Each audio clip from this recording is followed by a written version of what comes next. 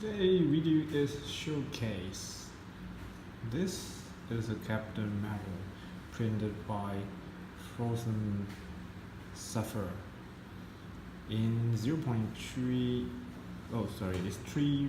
It's 0.3 mm. It's not. It's 0.03, 30 micron layer height. So we actually can't really see the layer height, but you can see its texture on the skin, the cloth texture. And after paint, all the detail will bring out. It will be different, but it originally come as a transparent, and inside is hollow. This is a thin shell with only 2 mm. So inside is hollow by next picture. If you're interested on this model, you want to buy this, you can click on the link below.